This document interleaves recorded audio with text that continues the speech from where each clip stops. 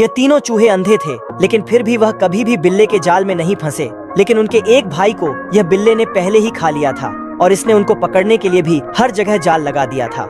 मगर इन चूहों की किस्मत इतनी अच्छी थी कि वह कैसे न कैसे उसके बनाए जाल से बच निकलते थे और वहाँ के सारे खाने को लेकर अपना पेट भरते थे। पर एक दिन बिल्ला उन्हें देख लेता है और उनके ऊपर कुल्हाड़ी से हमला करने लगता है। लेकिन वह बेचारे बहुत मुश्किल से अपनी जान बचाकर वहाँ से भागते हैं। पर तभी छोटा चूहा पकड़ाने वाला था, इसलिए वह फटाक से कटोरे में छिप जाता है। लेकिन बिल्ला जैसे ही चाकू से हमला करता है, चूहा उस कटोरे में नहीं होता है और वह एक एक करके सारे कटोरे देख लेता है, मगर किसी में भी चूहा नहीं था। ओ भैया धोखा! पर तभी तीनों में से 3 चूहे निकलकर वहाँ से भागते हैं। लेकिन फिर से इस चूहे की पूंछ दरार में फंस जाती है और बिल्ला खुश होकर उसके तरफ बढ़ने लगता है। पर तभी वह अचानक से इतने सारे चूहों को एक साथ देखकर बहुत डर जाता है और वहाँ से भागते हुए खुद के जाल में ही फंसकर घायल हो जाता है। यह पौधा नींद से हजारों साल बाद उठता है और जमीन से निकलकर चलने भी लगता है, क्योंकि इस पूरे जंगल को जादूगरनी ने श्राप दिया था।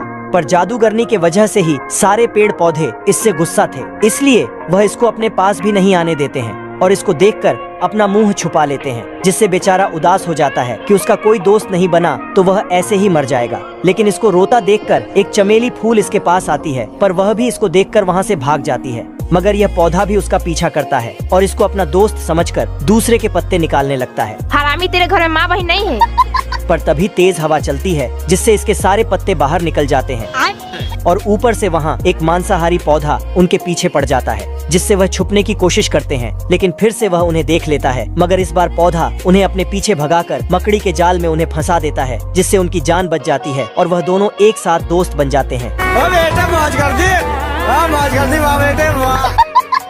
ये बिल्ला दुनिया का सबसे बदनसीब बिल्ला है, जिसने आज तक किसी चूहे का भी शिकार नहीं कर पाया था और उल्टा सब उसका ही फायदा उठा लेते थे। बिल्ला बहुत सारे जानवरों को पकड़ने का प्रयास करता है, लेकिन इसके हाथ कोई नहीं लगता है। पर तभी इसे एक पिंजरे में बंद चिड़िया दिखाई देती है, जिसे देखकर इसके मुंह में पानी आ जाता है। मगर उसकी रखवाली यह कुत्ता कर रहा था, जिससे बिल्ला गुस्सा हो जाता है। लेकिन इसने एक भी शिकार नहीं किया तो इसकी समाज में इज्जत गिर जाएगी, इसलिए वह धीरे से वहाँ पहुँच जाता है। पर जैसे ही वह चिड़िया को उतारने जाता है, वैसे ही वह कुत्ते के ऊपर गिर जाता है, जिससे कुत्ता एक दिन मर जाएगा, कुत्ते की मौत जग में सब कहेंगे।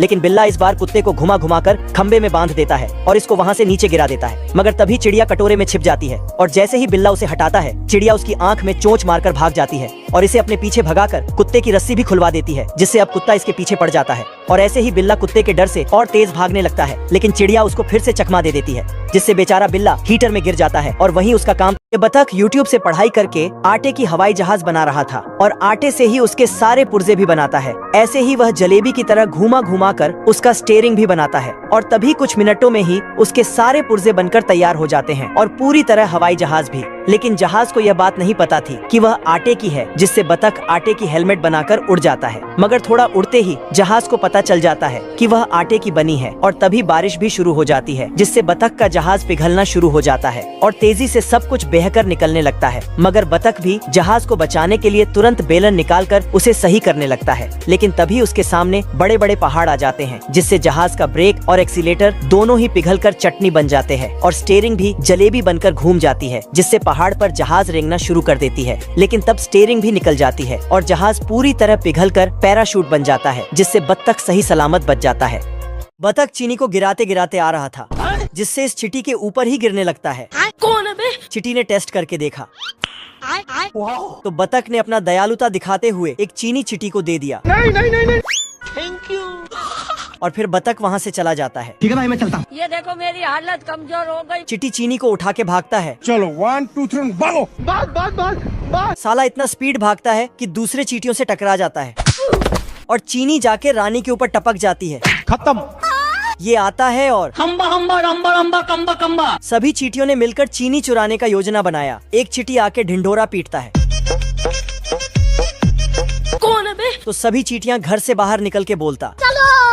इधर बतख सोच रहा था कि हमने एक चींटी को एक चीनी दिया है, लेकिन अगर उसने अपने साथी को भी बुला लिया तो। Oh shit! तभी अचानक चींटियों का फौज आने लगता है। सिस्टम पार देंगे।